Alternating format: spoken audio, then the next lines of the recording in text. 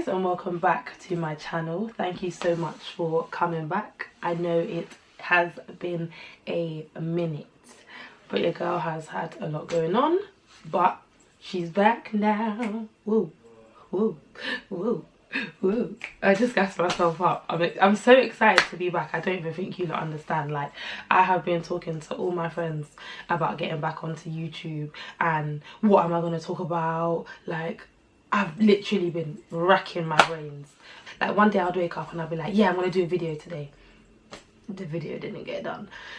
Woke up another day, gonna do a video today. Don't know what to talk about. The video didn't get done. Even like all through quarantine, I've been at home every single day and no video was coming, no topics were coming. Like, I was talking to my friends, nothing was coming. But I finally have a topic that I can relate to, that is like so close to my heart. And it's literally just me sitting here talking to this camera, talking to you guys and getting just my opinion across. It's not going to be right, it may not be factual, the things that I say, but it's just me expressing how I feel and just putting it out there and see. So it brings me on to my topic today, mental health. Now, this is a very touchy subject, I will say that.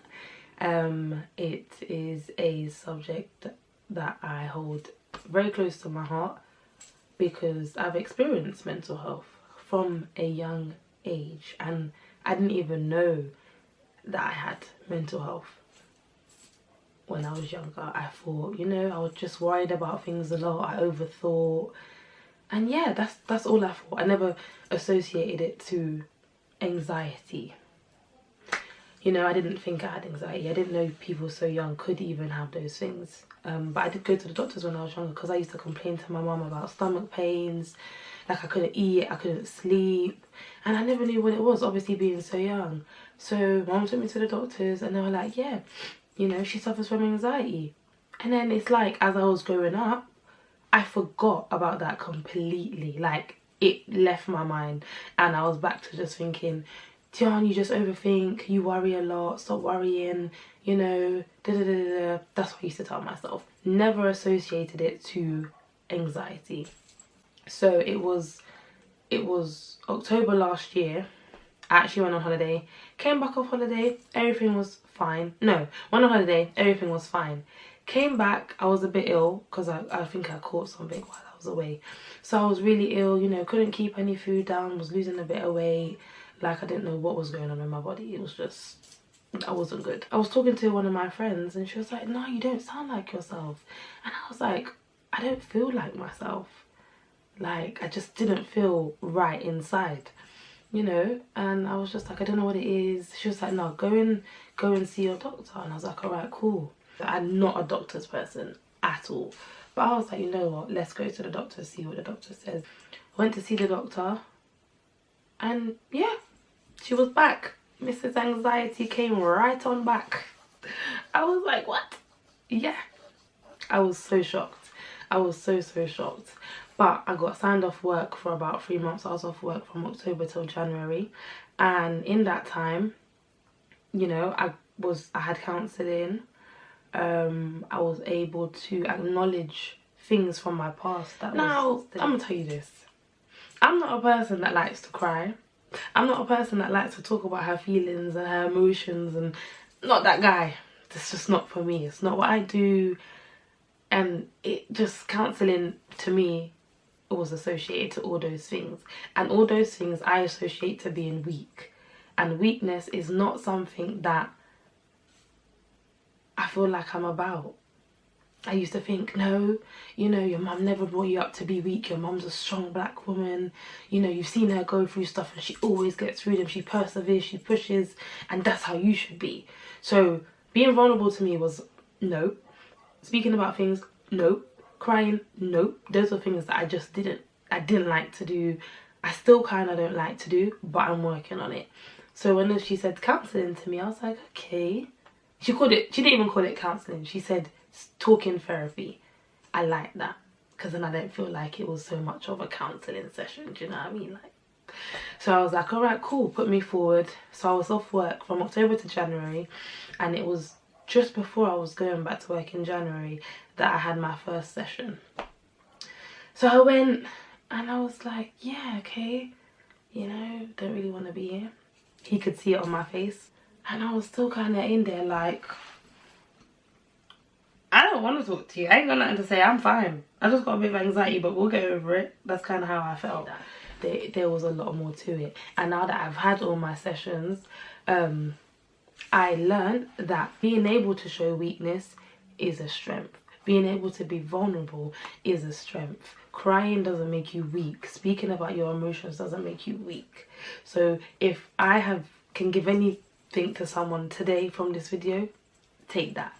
I'm still trying to get that in my head till this day. I'm a work in progress, and I'll get there, and as will you guys, if this, you know, if you can relate to anything that I'm saying. And if you can't, please do share this video to someone that you may know that may have been going through the same things that I was going through in regards to anxiety, because it might encourage them. They may not be over it yet, especially, you know, having been in quarantine and all the coronavirus stuff that is going on. I hope you guys are all staying safe. I hope your families are safe, well. And so I know you guys can see the title of this video. So you're probably thinking, you're a woman, what do you know about a black man dealing with mental health? I know a bit. Obviously I'm not a man, I'm not a black man, so I don't know through and through, but I have family that are males, that are black, that have gone through mental health. You know, for example, my dad. And I love my dad with my whole heart. Like, that man, he is my Superman. There's nothing that he wouldn't do for me. You know, we've had our ups and downs, like every father and daughter. It's normal. But he has always, always, always been there for me. And shout out to my dad for allowing me to even speak about this today. Mental health is a touchy subject, especially for men. You guys don't feel so open to speak about these things. Like, you know, so for him to give me the go ahead to talk about this today, I appreciate so much. So to start, my dad actually had corona. He got corona, and I remember him calling me. He was like called me hella breathless, like, Tian, you know, I'm going to the hospital. I was like, what's wrong with you? Like, what's wrong? Can't breathe, you know, the usual symptoms and whatever. So I was like, okay, you know, call me when you get there. Instantly crying. I was crying because that's my dad. Like, if anything was to happen to my dad, I don't even know. So I was all over the place and triggered my anxiety instantly. Couldn't sleep, you know, woke up the next day still crying, trying to be strong, but it wasn't working. It just wasn't working. And then I came out of the hospital, you know, by the grace of God, he was fine, gave him the meds that he needed to take, he was back at home. And then it was like, I was talking to him, and then he just didn't sound like my normal dad. Like, the things he was saying, he just didn't sound like that, like the Stephen, the dad that I know. It was a bit scary. So I was like, Daddy, are you okay? And he was just like, no. And I was like, what? He said no, he wasn't okay. He said that he, you know, he felt down. He didn't know why he felt down. He was just having all kinds of thoughts and feelings and emotions. And I just put it down to the fact that, you know, you've been home for 2-3 weeks already. You know, you're used to being able to go out in the world. And, you know, this quarantine is having an effect on everyone. You're very sensitive at the moment because the world as we know it is not what it is. It's completely different, and it's kind of trying to adjust to your new surroundings. So yeah, he wasn't okay.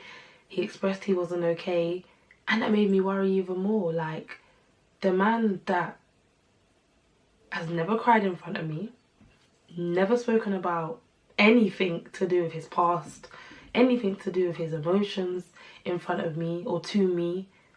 It was weird to hear. I was just like, yo, that's my dad. And it hit me differently. It hit me differently. You know, it made me look at him, not differently in a bad way, but like, he's a human. He feels he cries.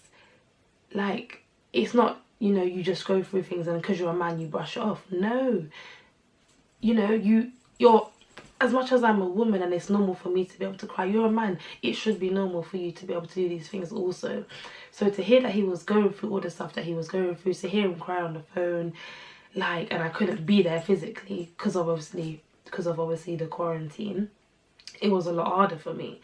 And I just had to pray. Like, I would pray for him every day. I would send him, you know, like, words of affirmation, Bible scriptures, gospel songs to listen to, because I just wanted to do anything to make him feel better, you know. And it was hard for me to hear my dad like that, and it triggered a lot of things inside of me, and it made me think, my dad was brought up to be strong, he was brought up not to show emotion, he was brought up to just go through things and just to keep it to himself. It made me think, like, wow, how many other men, young boys, have been brought up the same way and have gone through so many things in their life but just never speak about it because it's not what the norm is for them. It's not cool. Like, to show weakness to them is like, nah, dead, not on that. And I know how that feels because I was a woman. Well, I am a woman and I feel the same way. So I can only imagine how a man would feel being on the phone to his daughter and he's crying, and I used to tell him, you're the strongest person I know, you're gonna get through this.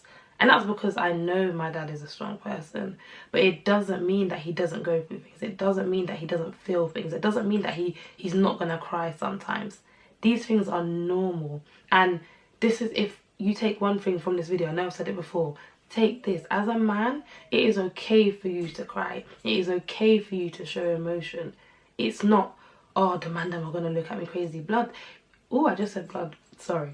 You don't even have to go to the man them with your issues. If you have that one person, like a female friend, a male friend, your parent, go to anyone. If you don't want to go to a counsellor or a therapist, go to that person that you know won't judge you, that you can be real with, that you can be like, yeah, this is what's going on. You don't have to cry. You don't have to show emotion if you don't want to, but get the feeling out. Because I'm telling you, keeping it in, look at me, 10 till now, I'm 22.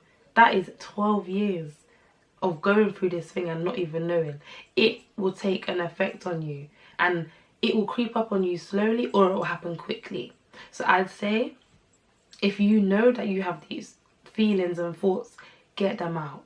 Express them to someone, because I would hate to know that someone that I know, a man or a boy that I know, has been going through stuff and they feel like they can't speak to no one and has done something because they haven't vocalized how they feel. I would be so hurt.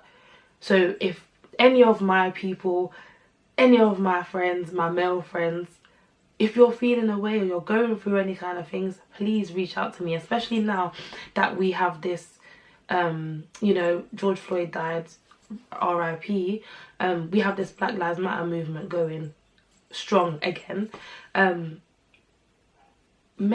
black men are the ones that are, not to say women are not being affected, but the black men are the ones that are most affected by this right now, you know. So I can only imagine seeing all the videos of the police brutality, seeing all the videos of policemen throwing black men down, arresting them for no apparent reason, stopping and searching them. And it must be something that you guys have been dealing with for years but have not been able to vocalize because it's not the norm, it's not cool.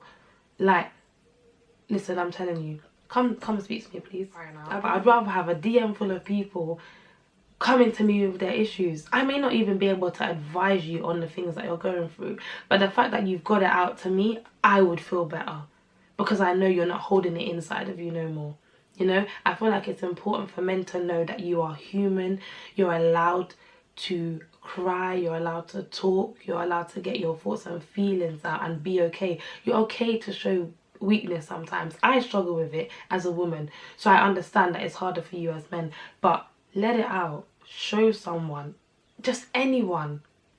Just don't hold it in, because in the long run it will take an effect on you. Yeah, you were brought up to be strong. Yeah, you were brought up not to show emotion. Yeah, you were brought up, you know, not to speak about your feelings, but that is not it's not healthy for you. You need to be able to get these things out. My Instagram's on here, my Snapchat's on here.